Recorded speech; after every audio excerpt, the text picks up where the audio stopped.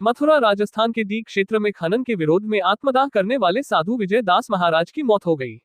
शव को बरसाना लाया गया, जहां से साधु के शव को राजस्थान के कामा स्थित विमल कुंड ले जाया गया, जहां मृत शरीर का स्नान कराया गया।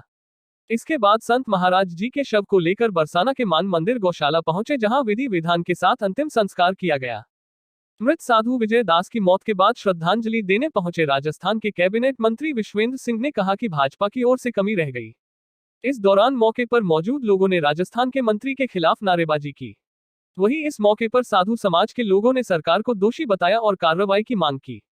उनका कहना था, यदि सरकार उनकी मांग पर ध्यान देती तो संत बाबा विजय दास महाराज आज हमारे साथ होते। अंतिम संस्कार के दौरान कैबिनेट मंत्री लक्ष्मी नारायण चौधरी, जिलाधिकारी नवनीत सिंह चहल, वरिष्ठ पुलिस अधीक्षक अभिषेक यादव सहित जिले के आलाधिकारी मौजूद रहे। वहीं रविवार को अलवर सांसद बालकनाथ गोवर्धन पहुंचे, जहां उन्होंने संत महंतों के साथ बैठक की और हाल ही में खनन को लेकर आत्मदाह करने वाले संत के प्रति सहानुभूति जताई। अलवर से बीजेपी सांसद बालकनाथ गोवर्धन पहुंचे, जहां उन्होंने बड़ी परिक्रमा मार्ग स्थित जंगलेश्वर महादेव के दर्शन किए व जल चढ़ाया। उसके बाद संत महात्माओं से वार्ता की। आश्रम पहुंचने पर स्थानीय संतों व आसपास के लोगों ने उनका फूलमाला पहनाकर स्वागत किया। हाल ही में दीग के पसोपे में ब्रज में हो रहे खनन को रोकने की मांग को लेकर आंदोलन कर रहे संत विजय दास महाराज की मौत पर शोक जताया। वहीं मीडिया से बात करते हुए कहा कि ये बहुत ही दुखद घटना है, जिसमें एक संत को अपनी जान देनी पड़ी है। कांग्रेस पार्टी अगर संतों के आंदोलन को देखते हुए उनकी मांग पहले ही मान लेती तो महाराज को अपनी जान नहीं गंवानी पड़ती। पर्वतों के संरक्षण में इसके बारे में क्या कहेंगे? पर्वतों के संरक्षण के लिए बाबा विजयदास जी ने आत्म बलिदान कर दिया। किसी समय हम बलि जी की कथा सुनते, लेकिन आंखों से आज देखने को मिला कि साधु संत ब्रजभूमि से कितना प्रेम करते हैं। ब्रज के प्रति इतना अनुराग उनका कि 551 दिन तक वो धरना प्रदर्शन, आमरण अनशन, भूख हड़ताल सब करते रहे। उसके बाद भी यदि काम नहीं हुआ तो उन्होंने 19 तारीख को चेतावनी दे दी कि हम लोग आत्मदाह करेंगे। और जिस दिन 19 तारीख थी उस दिन भी दोपहर तक काम नहीं हुआ। तो मुझे लगता है कि उनकी आत्मा ने उनको ऐसा झकझोर दिया कि वो कहीं एकांत में जाकर के उन्होंने शायद प्रयास किया और वो जलने लगे। तो हम समझते हैं कि मुख्यमंत्री श्री अशोक गहलोत जी ने 9 महीने पूर्व भी काम करने का पूरा आश्वस्त कर दिया था, लेकिन वहाँ ऐसी लॉबी बैठी है जो खनन माफियाओं के चंगुल में है, जिनके माध्यम से उनको अनाप शनाप धन मिलता है।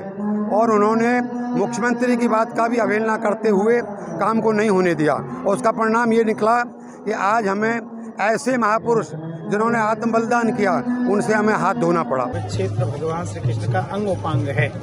ये केवल पहाड़ नहीं है, ये पत्थर नहीं है, हमारे आराध्य के अंगोपांग है।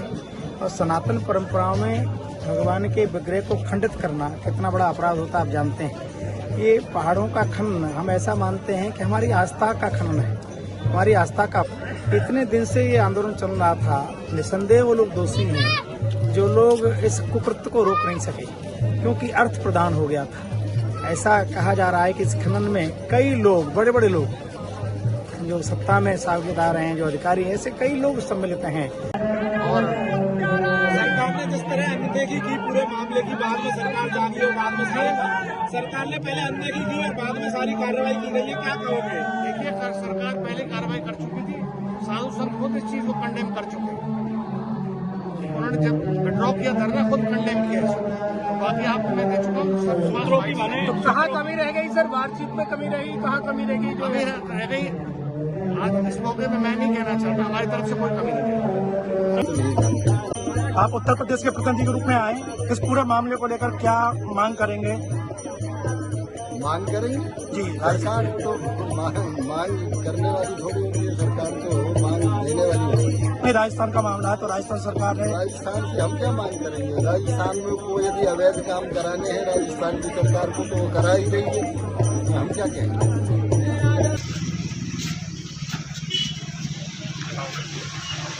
के रूप में मनुष्य उसकी सुनवाई नहीं करता, सत्ता में बैठे लोग उसकी सुनवाई नहीं करते, तो वो अपना बलिदान भी देता है कि उसको प्रकृति का संरक्षण, और उसको कह रहे हैं कि उनका आत्मदाह का निर्णय करने के लिए उनको विवश किया गया है। और ये हत्या है, उनकी हत्या की गई प्रशासनिक और खनन माफियाओं और सरकार के द्वारा।